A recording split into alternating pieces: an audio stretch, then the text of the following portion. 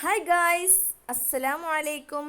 അപ്പോൾ ഇന്ന് ഞാൻ വന്നിട്ടുള്ളത് നമ്മുടെ സാധാ അരിപ്പൊടി കൊണ്ട് എങ്ങനെ നല്ല സോഫ്റ്റ് ആയിട്ടുള്ള പുട്ട് ഉണ്ടാക്കാമെന്ന് കാണിക്കാനാണ് കേട്ടോ. അപ്പോൾ ഏതായാലും നമുക്ക് നേരെ വീഡിയോയിലേക്ക് പോകാം.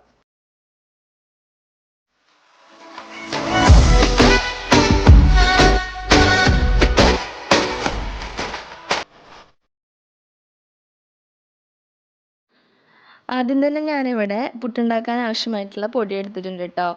ഞാനിവിടെ ഒരു ചെറിയ ഗ്ലാസ്സിൽ 6 ഗ്ലാസ് പൊടി എടുത്തിട്ടുണ്ട്. നിങ്ങൾ ആവശ്യത്തിനനുസരിച്ച് എടുത്താൽ മതി കേട്ടോ. അതിലേക്ക് ഞാനൊരു ലേശം പഞ്ചസാര ഇട്ട് കൊടുക്കുന്നുണ്ട്. വളരെ കുറച്ച് മതി കേട്ടോ, മധുരപ്പൊന്നും ഉണ്ടാവില്ല, വളരെ കുറച്ച് മാത്രം ഇട്ട് കൊടുത്താൽ മതി. അതിനുശേഷം മറ്റൊരു ഗ്ലാസ്സിൽ വെള്ളം എടുത്ത് ഈ പൊടിയിലേക്ക് ആവശ്യമായിട്ടുള്ള ഉപ്പ് ഇട്ട് കൊടുക്കാം വെള്ളത്തിൽ. ആ ഉപ്പ് വെള്ളം കൊണ്ടാണ് ഞാനിവിടെ പൊടി നനച്ചെടുക്കാൻ വേണ്ടി പോകുന്നത് കേട്ടോ. പതുക്കെ കുറേശ്ശെ വെള്ളം ഒഴിച്ച് കൊടുത്തിട്ടാണ് പൊടി നനച്ചെടുക്കുന്നത്. നിങ്ങൾ വിചാരിക്കുന്നുണ്ടാവും പുട്ടല്ലേ, അതിപ്പോൾ ഇത്ര വലിയ സംഭവമാണോന്നല്ലേ. അറിയാത്തവരുണ്ടാവടോ. കാരണം അതുപോലത്തെ ഒരാളായിരുന്നു ഞാനും.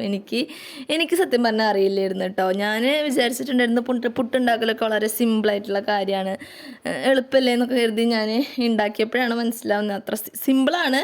പക്ഷെ അത് അറിഞ്ഞില്ലെങ്കിൽ നല്ല അടിപൊളിയായിട്ട് ഫ്ലോപ്പ് ആവുകയും ചെയ്യുമെന്ന് എനിക്ക് അപ്പോഴാണ് മനസ്സിലായത് കേട്ടോ. ഞാൻ വെള്ളമൊന്നും കറക്റ്റായിട്ടില്ലെങ്കിൽ ശരിയാവില്ല എന്ന് അപ്പോഴാണ് എനിക്ക് മനസ്സിലായത്. അപ്പോൾ നമ്മളതിൻ്റെ കറക്റ്റ് പരുവത്തിൽ തന്നെ വെള്ളമൊക്കെ ചേർത്ത് കുഴച്ചെടുത്താലാണ് നല്ല അടിപൊളി പുട്ട് റെഡി ആവുള്ളൂ.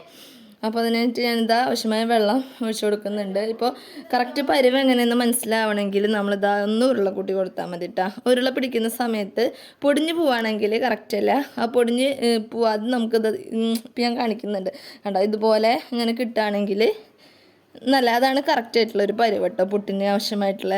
അപ്പോൾ ഇനി നമ്മൾ ചെയ്യാൻ പോകുന്നത് എന്താണെന്ന് വെച്ചാൽ, ഇപ്പോൾ നമുക്ക് ഇങ്ങനെ ആക്കിയെടുക്കുന്ന സമയത്ത് ചിലപ്പോൾ വലിയ ബോൾസും ഉണ്ടാവും. പുട്ടിന് ഓൾറെഡി ബോൾസ് ഉണ്ടാവും, പക്ഷെ അതിനേക്കാളും ഒന്നുകൂടെ നന്നായി ബോൾസ് ഉണ്ടെന്ന് തോന്നുകയാണെങ്കിൽ അതിൽ നിന്ന് വളരെ കുറേശ്ശെ പൊടി ഇട്ടിട്ടാണ് ചെയ്യാൻ പാടുള്ളൂ. ഒരുപാട് പൊടി ഒന്നിച്ചിട്ടിട്ട് ആക്കി കഴിഞ്ഞാൽ റെഡി ആയി കിട്ടില്ല നമുക്ക്. അപ്പോൾ കുറേശ്ശെ പൊടി ഇട്ടിട്ട് മിക്സിയുടെ ജാറിലേക്ക് ഇട്ടിട്ട് ചെറുതായി ഒന്ന് ക്രഷ് ചെയ്തെടുക്കുക. ബാക്ക് സ്പീഡിൽ ജസ്റ്റ് 2 ക്രഷ് ആക്കിയാൽ മതി കേട്ടോ. അങ്ങനെ എല്ലാതും ഞാൻ അങ്ങനെ ആക്കിയെടുത്തിട്ടുണ്ട്. ഇപ്പോൾ നിങ്ങൾക്ക് തന്നെ കാണാൻ മനസ്സിലാവും നല്ല അടിപൊളി സോഫ്റ്റ് ആയിട്ടുള്ള പൊടിയാണ് ഇപ്പോൾ നമുക്ക് ഇവിടെ കിട്ടിയിട്ടുള്ളത് കേട്ടോ. ഇനി ഇത് വെച്ചിട്ട് നമുക്ക് പുട്ട് തയ്യാറാക്കാം. അപ്പോൾ ഞാൻ ഈ 10 മിനിറ്റ് ഈ പൊടി നമുക്കിവിടെ റെസ്റ്റ് ചെയ്യാൻ വെക്കണം കേട്ടോ. 10 മിനിറ്റ് റെസ്റ്റ് ചെയ്യാൻ പോണ സമയം കൊണ്ട് നമുക്ക് വേഗം തേങ്ങ ചിരകിയെടുക്കലും വെള്ളം വെക്കലൊക്കെ ചെയ്യാം. അങ്ങനെ ഞാൻ തേങ്ങ ചിരകിയെടുത്ത് വെള്ളമൊക്കെ വെച്ച് വരുമ്പോഴത്തേനും നല്ല അടിപൊളിയായിട്ട് റെഡി ആയിട്ടുണ്ട്. ഇനി നമുക്ക് എപ്പോഴത്തെയും പോലെ ആദ്യം തേങ്ങ ഇട്ട് കൊടുക്കുക, പൊടി ഇട്ട് കൊടുക്കുക, തേങ്ങ ഇട്ട് കൊടുക്കുക, പൊടി ഇട്ട് കൊടുക്കുക. അങ്ങനെ ആക്കിയെടുത്തതിന് ശേഷം നമുക്ക് ആവിയിൽ വേവിച്ചെടുക്കാം.